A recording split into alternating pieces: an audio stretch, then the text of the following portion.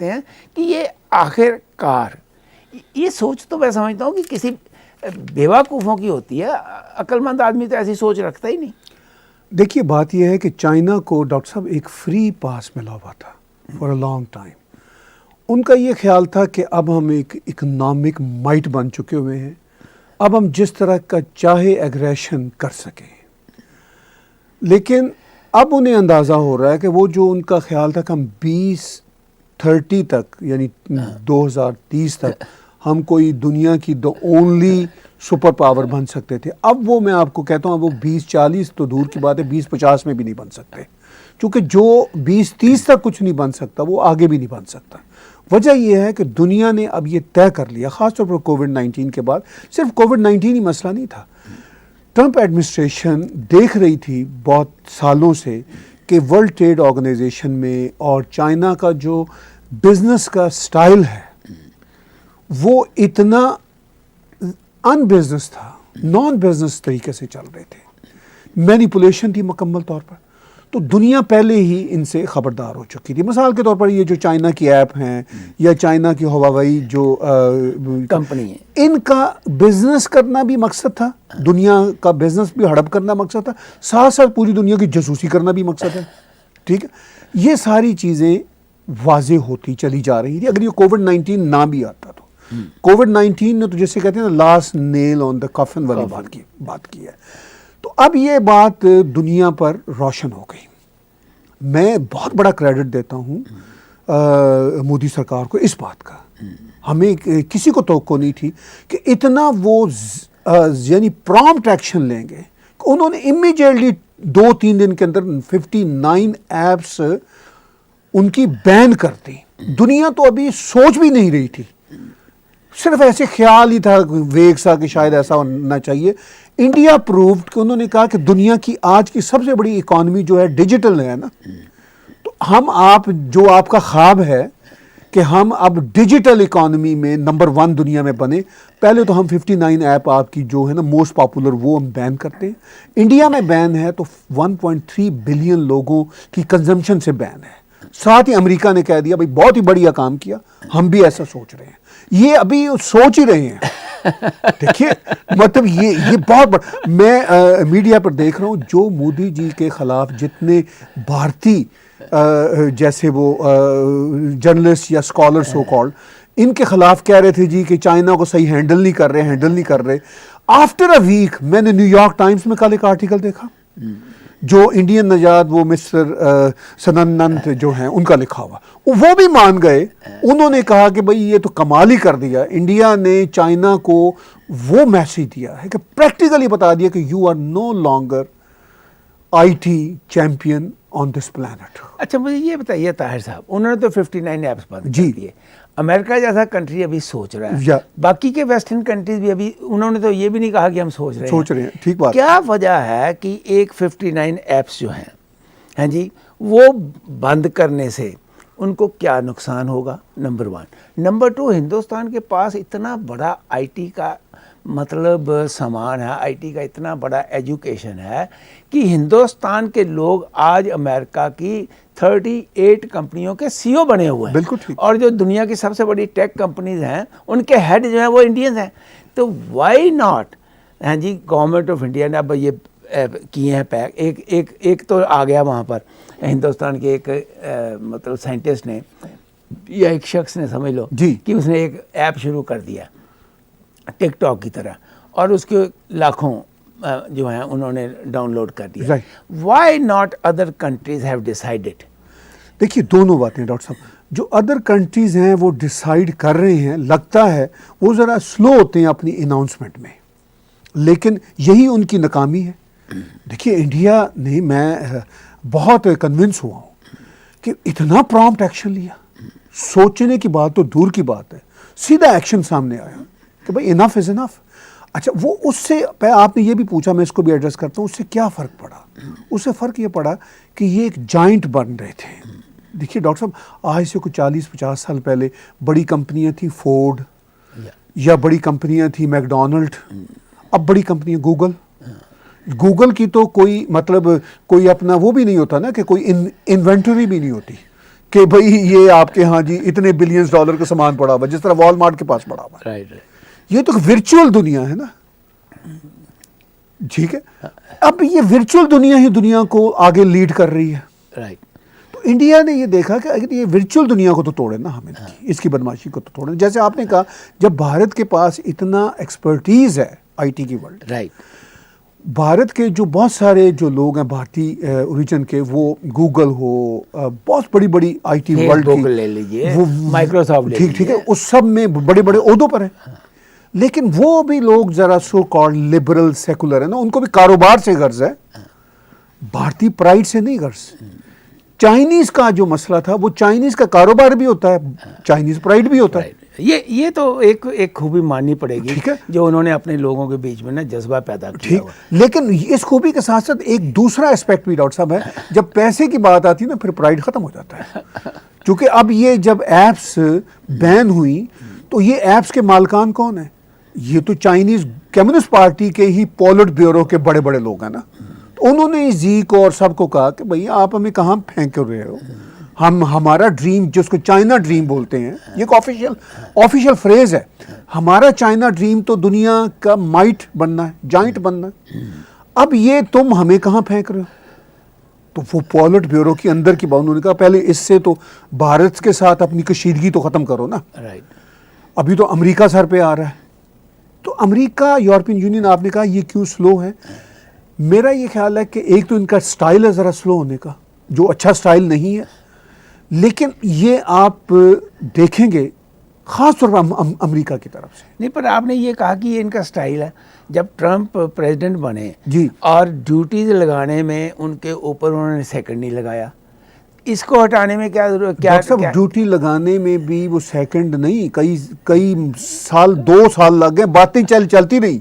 नहीं, वो देखिए वो वही बात है, जैसे चाइनीज ने वर्ल्ड लीडर्स को इस तरीके से कन्विंस किया हुआ कि आप हमारे साथ ट्रेड करिए, वो ट्रेड के चक्कर में पड़े रहे ट्रंप साहब कि देखिए 800 बिलियन का ट्रेड है, उसमें हमें 400 बिलियन का घाटा पड़ता है, मैं उसको दूर करूंगा, मैं इनसे बातचीत करूंगा।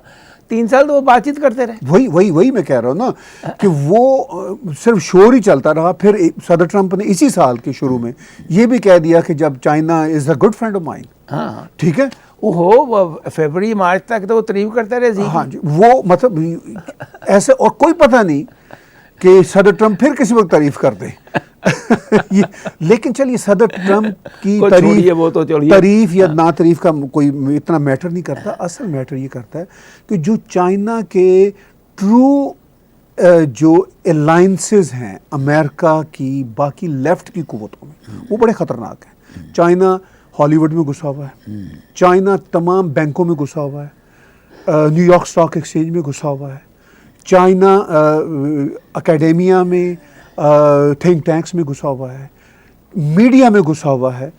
लेकिन अब ये है कि अभी रिसेंटली FIA कह रहा हूँ, FBI के जो हेड हैं मिस्टर, तो उन्होंने साफ कहा अभी पिछले हफ्ते, उन्होंने कहा कि हमने अब फाइलें खोल दी हैं कि चाइना ने किस किस तरह हमारे इदारों के अंदर इन्फिल्ट्रेशन की हुई है। पर आप सिर्फ USA पे डिपेंड कर रहे हैं। यूरोपियन यूनियन इतना बड़ा देश है, मतलब 28 कंट्रीज का इतना बड़ा देश है, तो 27 रह गए, और इंग्लैंड भी, तो उनको भी तो बीच में हम लेके आए ना कि किस तरीके से यूरोपियन यूनियन जो है वो कोई छोटी इकॉनमी तो नहीं है ना इकट्ठे, और किस तरीके से उनके बीच में मेरा ख्याल ज़्यादा घुसे हुए हैं। ये चाइनीज़ बहुत उनके अंदर घुसे हुए हैं। अलबत्ता इंग्लैंड को कुछ होश आई हुई है। इंग्लैंड इसीलिए तो EU से निकलने की बात भी करता है, और वो भी निकल गया, मतलब उनका ब्रेक्जिट हो गया। ठीक है, वो एक अपनी जगह पे है। इंग्लैंड बहुत स्ट्रॉन्ग कंट्री है, बहुत बड़ा कंट्री है, एक इकॉनमी बड़ी स्ट्रॉन्ग है, पॉलिटिकली दुनिया में बहुत स्ट्रॉन्ग है, अभी भी स्ट्रॉन्ग है। तो उसमें इंग्लैंड एक्शन ले रहा है। यूरोपियन यूनियन जो है ना, वो चूंकि लेफ्ट ब्लॉकों में ज़्यादा घुसी हुई है, उनके बहुत सारे जो लीडर हैं लेफ्ट के हैं। लेकिन अब जब मार पड़ी है, अब जब कोरोना के चक्कर में वो डिसीव किया है चाइना ने उनको, तो थोड़ी थोड़ी लेफ्ट के लोगों को भी होश आना शुरू हुई है कि भाई हम इस तरह तो मारे जाएंगे, लुटे जाएंगे। तो मेरा ख्याल है ये डॉक्टर साहब, उनसे मैं बहुत प्रॉम्प्ट एक्शन की आस नहीं रखता। इतना ही काफ़ी समझता हूँ कि उनको कोई होश आ रही है। नहीं, आज से 10 दिन पहले पोम्पियो साहब ने ये कहा कि हम भी ये सोच रहे हैं। पहला बयान देखिए, जी। क्योंकि पोम्पियो साहब की जो पास्ट है ना, वो एक ऐसा पास्ट है जिसके उनको पता है कि दुनिया में जो ये बड़े कंट्रीज़ हैं ये क्या क्या करते हैं, राइट। किस किस्म के ये तमाशे करते हैं और किस किस्म की इनकी सोच है। Right. क्योंकि CIA का आदमी है। बिल्कुल ठीक। हाँ जी, इसी तरीके से जब मैं पुतिन को सोच देखता हूँ, ठीक। फिर मुझे पता लगता है कि ये तो KGB से आया हुआ है। इसकी सोच जो है वो KGB से तो अलग नहीं हो सकती ना, वो तो कभी डेमोक्रेटिक नहीं बन सकती। That's number 1। जब पोम्पियो साहब ने ये बात कही, हाँ जी, उसके ऊपर अभी तक ट्रंप ने पर्सनल कोई रिएक्शन नहीं किया। उनकी अपनी कोई स्टेटमेंट नहीं आई, सिर्फ स्टेटमेंट पोम्पियो की तरफ से आई है। पोम्पियो की तरफ से आई है, लेकिन ट्रंप साहब ने अभी पोम्पियो के स्टेटमेंट के बाद 2 दिन बाद उनसे पूछा गया था, तो उन्होंने भी कहा कि हम कंसीडर कर रहे हैं। एक प्रेस कॉन्फ्रेंस में किसी ने सवाल किया था, जर्नलिस्ट ने, जी माइक पोम्पियो ने ये कहा है तो प्रेसिडेंट आप क्या कहते हैं? तो उन्होंने कहा कि वी आर कंसीडरिंग स्ट्रांगली, ये उन्होंने जरूर कहा। ठीक है, तो देखिए मेरा ये ख्याल है कि प्रेसिडेंट ट्रंप हो या पोम्पियो हो, इनसे ज़्यादा इम्पॉर्टेंट जो पॉलिसी मेकर्स हैं ना, वो ये डिसाइड करें अमेरिका में, तभी बात बनेगी। और मुझे ये लगता है कि ये आने वाले कुछ हफ्तों में और हो सकता है कुछ दिनों में कम से कम टिकटॉक का तो ऐलान करते हैं, क्योंकि टिकटॉक सबसे डेंजरस और सबसे बड़ी उनकी ऐप है, और वो ये कह दें कि इसको तो हम बैन कर रहे हैं। खैर, मैंने तो आज तक टिकटॉक को कभी डाउनलोड नहीं किया जी, तो आई डोंट नो एग्जैक्टली वो। मैंने डिलीट कर दिया। अच्छा, मैसेज रोज उनका आता है जी कि जी आप इसको डाउनलोड करो, लेकिन मैंने कभी किया नहीं। लेकिन मैं ये समझना चाहता हूँ कि ये जो ऐप्स हैं, देखिए ऐप्स बनती हैं चले जाती हैं, ऐप्स बनाने में कोई टाइम नहीं लगता। बिल्कुल बिल्कुल सही। अगर वो दुनिया के हर जगह पे पहुँचे हुए हैं, उनके लोग पहुंचे हुए हैं, तो वो किसी और कंट्री से बैठ के भी ऐप बना सकते हैं। App is not a problem. Doctor साहब वो पता चल जाता है, ऐप इतने बड़े लेवल पे नहीं जाती। ऐप तुम्हारी टैग टीवी की भी है, कितने लोगों ने डाउनलोड की हुई है? बहुत ज्यादा लोगों ने तो नहीं की हुई ना। ठीक है। अरे भाई, अगर आप लोगों ने नहीं की हुई, जो हमारे दर्शक हैं, हम आपको रिक्वेस्ट करते हैं कि आप टैग टीवी के ऐप को डाउनलोड करिए। 7 दिन प्रोग्राम इसके ऊपर बहुत बढ़िया बढ़िया लेटेस्ट इन्फॉर्मेशन जो है ताहिर साहब लेके आते हैं। डिफरेंट गेस्ट होते हैं, इंडिया से गेस्ट होते हैं, पाकिस्तान से गेस्ट होते हैं, अमेरिका से गेस्ट होते हैं, कनाडा से गेस्ट होते हैं। तो आप उस ऐप को ज़रूर डाउनलोड कीजिए, ताकि आप अगर घर से बाहर भी हों, टीवी के सामने ना भी हों, तो आप अपने फ़ोन के ऊपर भी देख सकते हैं। तो इसलिए टैग टीवी की ऐप, नाम तो यही है ना जी, टैग टीवी का। डॉक्टर साहब बहुत शुक्रिया हमारी एडवर्टाइजमेंट करने का। नहीं हमारा पैगाम आगे पहुंचाने का। नहीं, मुझे मैं सबसे पहले तो मैं अभी आपसे कहूँगा मेरे फ़ोन में डाउनलोड कीजिए। डॉक्टर साहब बात ये है, मैं वही कह रहा हूँ, क्योंकि मैं आपके प्रोग्राम यूट्यूब पर देख लेता हूँ सारे। हाँ, वो जाहिर है टैग टीवी की जो ऐप है, वो जो हमारी स्ट्रीम है, जो कोई भी रेगुलर टीवी चैनल होता है, उस तरह की हमारी 24/7 स्ट्रीम है। सर, मैं इस हवाले से कह रहा था कि हमारी एक सादा सी ऐप है जो हमारे प्रोग्राम दिखाती है, लेकिन ये जो ऐप्स हैं, जैसे ट्विटर की ऐप है, जैसे फेसबुक है, ये बहुत हाई टेक है, बहुत बड़ी बड़ी है। अब अगर फेसबुक के मुकाबले में कोई ऐसा ही सोशल मीडिया लेकर आता है, कई हैं, वो कहीं लोगों को नाम भी नहीं पता उनके, क्योंकि असल चीज़ तो ब्रांड बनने की है। जब फेसबुक ब्रांड बना तो फेसबुक को भी अपनी ऐप में, अपने उस सोशल मीडिया के प्लेटफॉर्म में हर लम्हे तब्दीलियां करनी होती हैं, और उनके लाखों एम्प्लॉयज़ हैं दुनिया भर। ठीक है, तो वो जो बड़े ब्रांड बनते हैं, उनकी जो पीछे उनकी परफॉर्मेंस है, वो भी फिर बहुत बड़ी होती है। प्रोग्राम आप देख रहे हैं ब्रेन ब्रस्ट पे बात हो रही है कि चाइना ने इंडियन बॉर्डर से रिट्रीट किया है। क्या इसमें उनकी हार है या दोनों कंट्रीज ने आपस में बैठ के फैसला किया है? ये भी एक बहुत बड़ी बात है। रिट्रीट करने के बाद कुछ ऐसी जब चाइना ने इस किस्म की हरकत की, तो उस वक़्त बहुत ज़्यादा वर्ल्ड लीडर्स का रिएक्शन आया, जिसमें मैं समझता हूँ कि सबसे बड़ा रिएक्शन जो है वो फॉरेन सेक्रेटरी US पोम्पेयो साहब का आया। उन्होंने कहा कि हिंदुस्तान के साथ बहुत ज़्यादा ज़्यादती की है चाइना ने, और अब वो रिट्रीट होने के बाद अगर आगे से वो कभी भी कुछ करेंगे तो we will stand with India. जो अमेरिकन हिस्ट्री है वो तो मुझे ये शो नहीं करती कि ये ऐसी हरकत मतलब लड़ाइयों में स्टैंड करें। लेकिन फिर भी ताहिर साहब तो पूछते हैं, शायद अभी तो इलेक्शन भी आना है 4 महीने के बाद, 3.5 महीने ही रह गए, तो पता नहीं उस इलेक्शन में क्या होगा, इनकी पॉलिसी जो है वो चलेगी नहीं चलेगी, अगर नया आ जाता है तो क्या होता है। लेकिन फिर भी ये जानना बड़ा ज़रूरी है कि अमेरिका की जो आज तक की हिस्ट्री है उसमें तो ताहिर साहब वो किसी कंट्री के साथ खड़े नहीं हुए एक्सेप्ट जहाँ पर उनका अपना पर्सनल मुफाद होता है। अब क्या ये मतलब इनकी जो है सोच बदल जाएगी? देखिए, अमेरिकन्स की सोच उस तरह तो नहीं बदलेगी, वो अभी भी अपने इंटरेस्ट के पीछे ही जाएंगे। हाँ। ठीक है, अब उनके इंटरेस्ट चेंज हो रहे हैं। पहले मिसाल के तौर पर इंडिया के मामले में वो उनके अच्छे रिलेशनशिप रहे, कारोबार भी होता रहा, कोई बहुत ऐसी सख्त बातें भी इंडिया के ख़िलाफ़ कभी नहीं की। लेकिन इंडिया को सबसे बड़ा चैलेंज जो होता था या तो पाकिस्तान की तरफ से होता था या चीन की तरफ से होता था। पाकिस्तान की तरफ से जो चैलेंज होता था इंडिया को, उसमें कभी अमेरिका ने इंडिया का साथ नहीं दिया। ये इनकी हिस्ट्री है, क्योंकि उनको पाकिस्तान से काम रहते थे। नहीं, पर हम भूल गए 71 की वार में इन्होंने कहा कि हम 6th अपना बेड़ा भेज रहे हैं। बेड़ा तब पहुंचा जब वार खत्म हो गई। वो तो पाकिस्तान का भी साथ ना दिया, लेकिन इंडिया का भी साथ तो नहीं दिया था ना।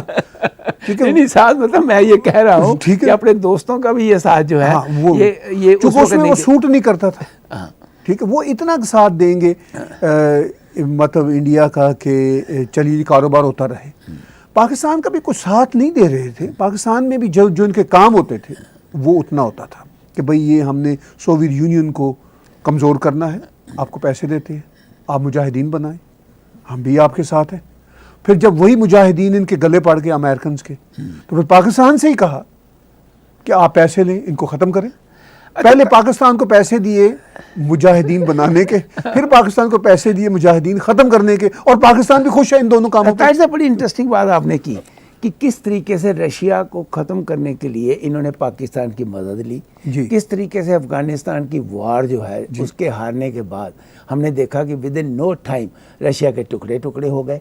तो इसका मतलब ये अगर हम डीप सोचें तो अमेरिकन की जो ये एक पर्टिकुलर सोच थी वो तो बड़ी सक्सेसफुल हो गई रशिया के टुकड़े करने में। डॉक्टर साहब, मैं मतलब ये वो साल थे जब मैं रशिया में ही रहता था। रशिया की मुख्तलिफ स्टेट्स में रहता था, और हम बड़े यकीन से कहते थे कि असल में अमेरिका ने रशिया को तोड़ने में अपने पैसे ही ज़ाया किए हैं। अच्छा, क्योंकि रशिया ने खुद ही टूट जाना था।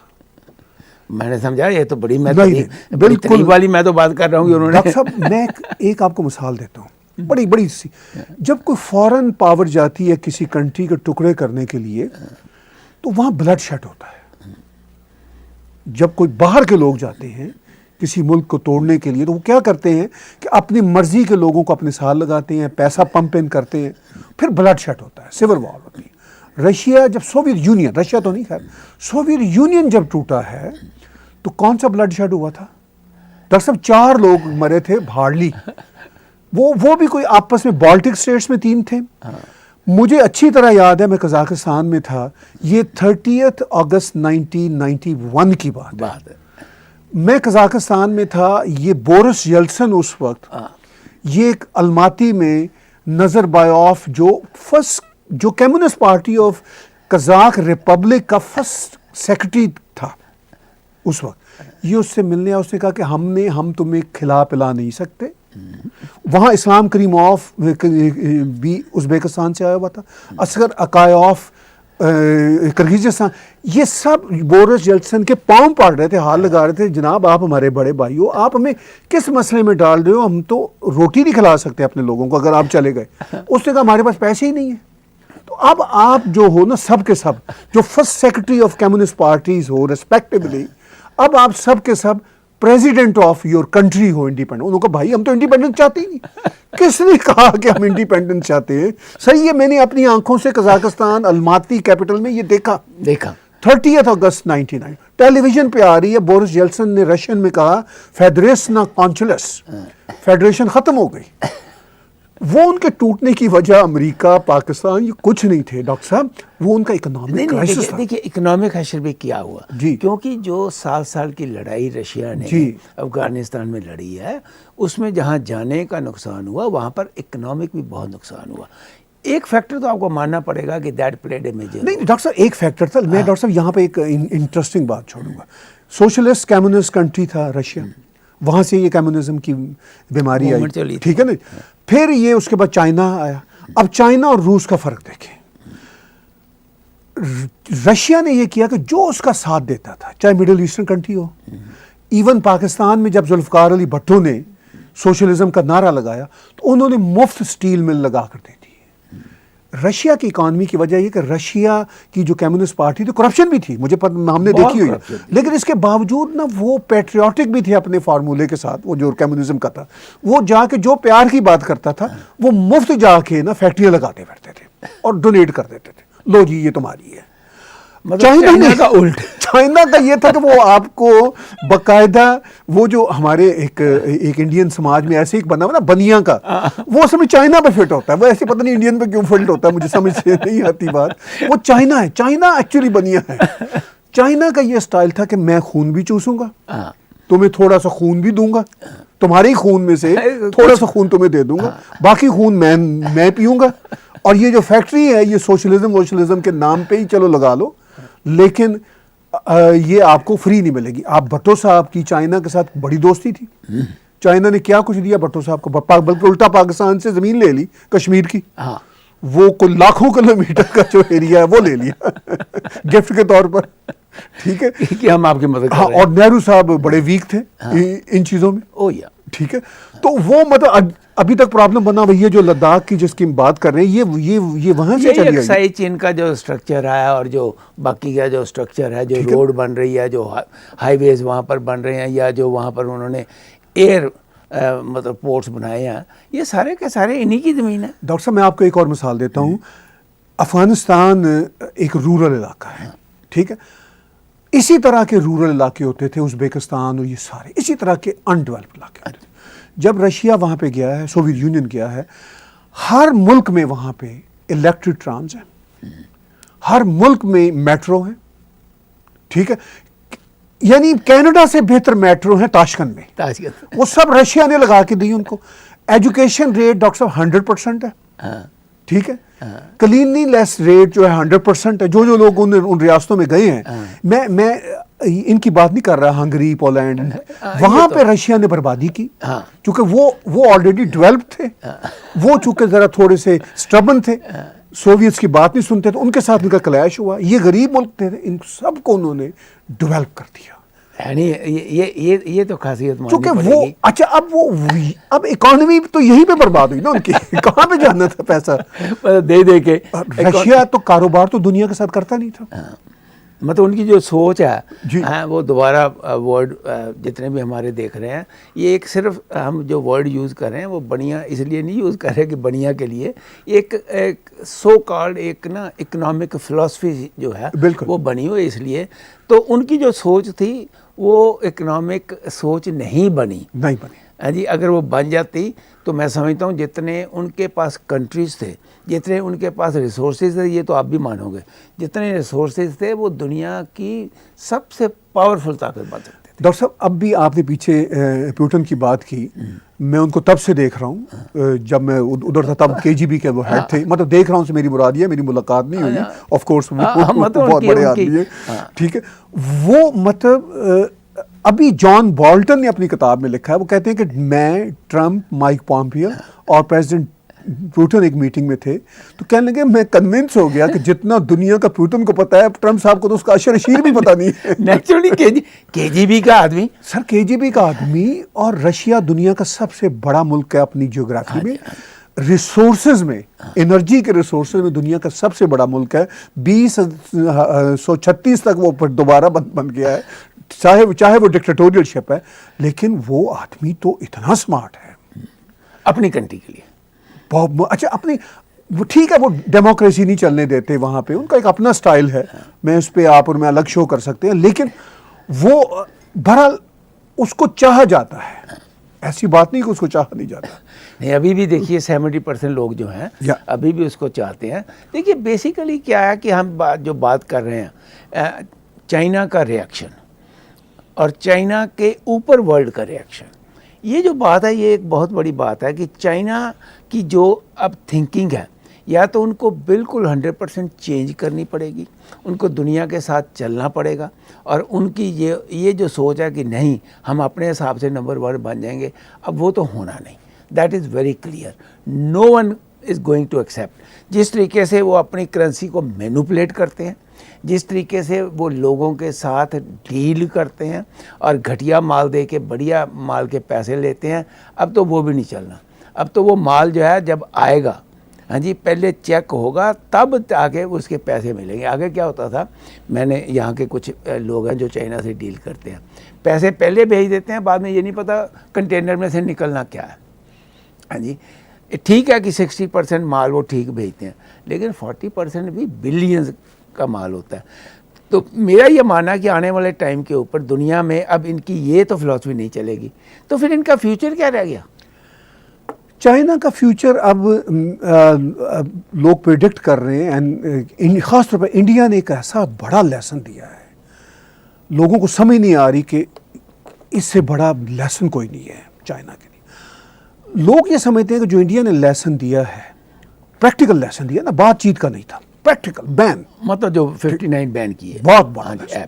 उसके बाद वो ये आप जो दुनिया के एनालिस्ट कह रहे हैं कि चाइना अब रीथिंक कर रहा है, अपनी रिविजिट कर रहा है अपनी फिलॉसफी, अपनी पॉलिसी, क्योंकि वो कारोबारी लोग हैं। मतलब कारोबारी लोग से मुराद ये है कि वो जो उनकी कम्युनिस्ट पार्टी है वो भी कारोबारी, जो वही है, वही तो सब कोई कर रहे हैं। और जो आम चीनी भी डॉक्टर साहब है, वो बेचारा बड़ा अच्छा शख्स होता है। आप ये देखते हैं कितने हार्ड वर्किंग होते हैं चाइनीज, पूरी दुनिया में रहते हैं। ठीक है, मैं उनकी इस पॉइंट ऑफ व्यू से बहुत इज्जत करता हूँ, जो कनाडा में अमेरिका। मैं अपने दर्शकों को बता दूं कि दुनिया की सबसे डिफ़िकल्ट जो रेलवे लाइंस बनी हैं अमेरिका में और कनाडा में, उसमें सबसे ज़्यादा चाइनीज़ ने अपनी जानें दी हैं। एब्सोल्युटली, ये याद रखिए 1897 हाँ जी, सैकड़ों नहीं हज़ारों चाइनीज़ जो हैं वो रेलवे लाइनें बनाते हुए मर गए। आप इमेजिन करो कि कितना बड़ा कंट्री है कनाडा, ईस्ट से वेस्ट तक लाइन बनाई, और अमेरिका के सारे ही जो सूबे हैं उस सब में रेलवे लाइन बनाई, जिसमें उनका सबसे बड़ा रोल था जाने देने का और काम करने का। देखिए ना, तभी ये मैं जरा ऐसे ही बताना चाहता था, बड़ी सही आपने बात की। चाइना के अगर बात करें तो कितनी जाने उन्होंने, हमारी लिबरल गवर्नमेंट ने हेड टैक्स पे, शायद लिबरल ने या कंजर्वेटिव ने माफी भी मांगी थी। नहीं, लिबरल नहीं मांगा। हाँ शायद, तो मतलब ये माफिया मांगने में तो ट्रूडो साहब बहुत बढ़िया है। कुछ माफिया डॉक्टर साहब मांग लेनी चाहिए कुछ में कोई अर्थ नहीं होता, क्योंकि जहाँ पे ह्यूमन राइट्स के वायलेशन बड़ी ग्रॉस लेवल पे हुई हो तो उसमें माफ़ी मांग लेने का ये मतलब नहीं होना चाहिए कि उसके बाद आप नीचे ही लग जाएं। नहीं, पर माफ़ी मांगने के बाद उसके ऊपर कोई काम तो होता नहीं। हाँ, नहीं चलें ये कह दें कि भाई सॉरी ये गलत हुआ था हिस्ट्री में, ये एक अच्छी स्पिरिट है। चाहे कंजर्वेटिव करें चाहे लिबरल करें, लेकिन उसका ये मतलब नहीं होना चाहिए कि फिर उसके बाद आप एक्सप्लॉइट होना शुरू कर दें उन फॉरेन ताकतों के हाथों। नहीं, अब हम दोबारा चाइना पर जी, चाइना पाए कि चाइना अगर दोबारा रिविजिट कर रहा है अपनी थिंकिंग को, इकोनॉमिक पॉलिसीज़ को, और इधर वो मतलब इंडिया बॉर्डर के ऊपर स्कर्मिशेस कर रहा है, तो ये दो चीज़ें कैसे इकट्ठी चलेंगी?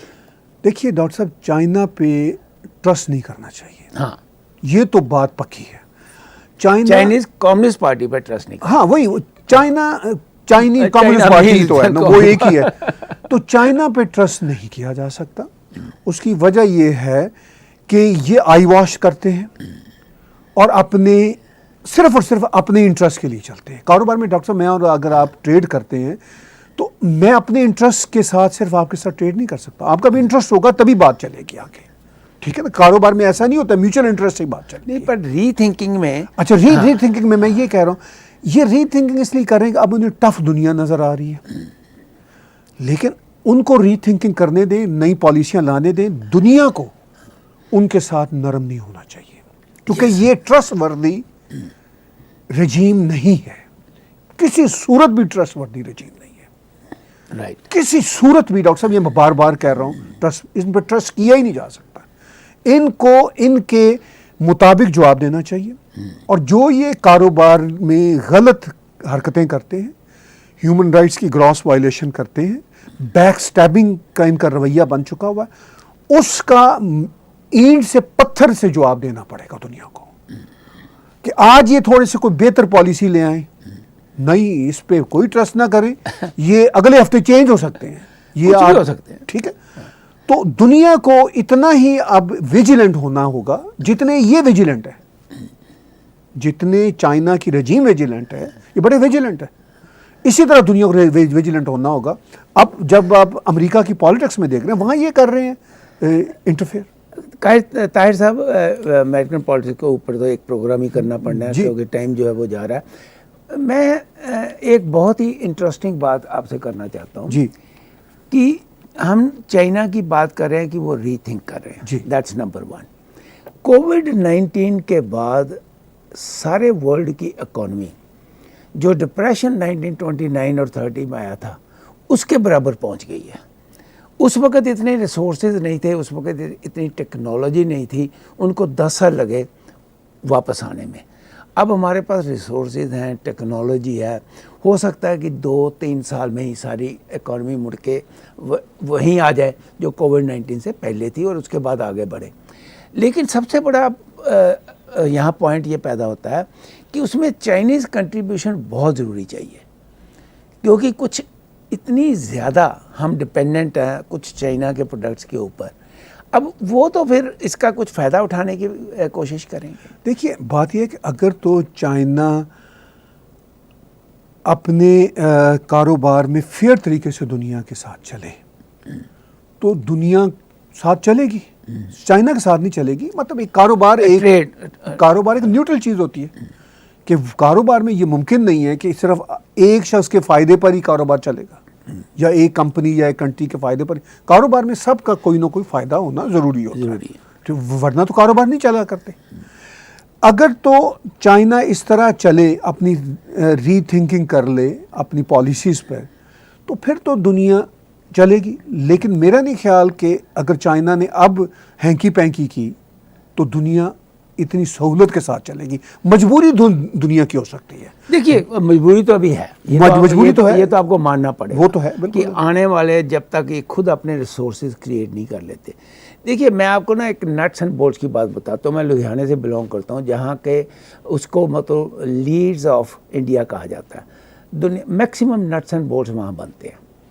वो नट्स एंड बोल्ट जो एक मज़दूर बनाता है हिंदुस्तान में, वो चाइना से महंगा है, चाइना में उससे भी सस्ता है।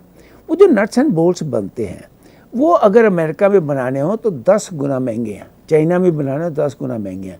क्योंकि जो यहाँ पर एक आदमी 1 घंटे के पैसे लेता है नट्स बोल्ट बनाने के $20-25, वो तो एक मजदूर सारे दिन में लेता है। तो इस किस्म की जो nuts and bolts are the most important part, right. ऐसी ही और चीज़ें हैं।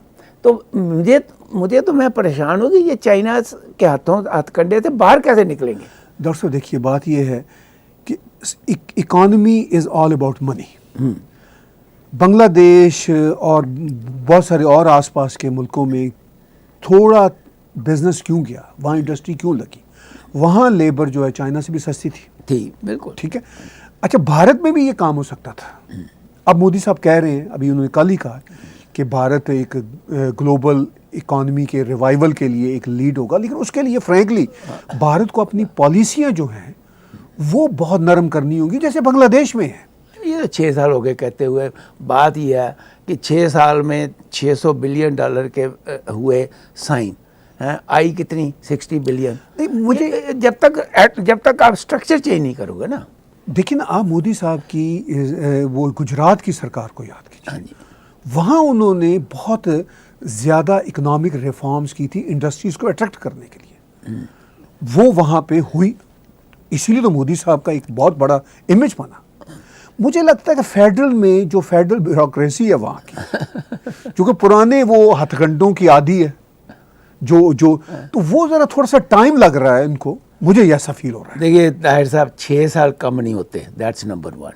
नंबर 2, जितने भी वहाँ पर ब्यूरोक्रेट्स हैं पीएमओ हाउस में, वो सारे के सारे मोदी साहब अपने पर्सनल लेके आए हुए हैं गुजरात से। हाँ जी, स्वाय एक डोवल साहब को छोड़कर बाकी सारे वहाँ से आए हुए हैं। और अगर वो चाहें, देखिए हिंदुस्तान की अपनी बहुत बड़ी कंपल्शंस है। आप सूबे जो हैं, जो स्टेट्स हैं, जी जी, वो किसी ना किसी तरीके से अगर साथ नहीं चलती तो आप कुछ भी नहीं कर सकते। राइट राइट, ठीक है, ये डेमोक्रेसी का एक मान, ये बहुत बड़ी प्रॉब्लम है। ये अमेरिका में भी है। हाँ, नहीं, यहाँ भी होगा, हो सकता है यहाँ भी हो, लेकिन अल्टीमेटली अगर आप कुछ करना चाहते हो तो आपको बकायदा लीड करना पड़ेगा। मैं समझता हूँ कि Hindu In this video, Ratan Sharda, in reply to Tahir Gora, said that India is prepared to fight and defeat China. Also, he said that India will break China's economic backbone.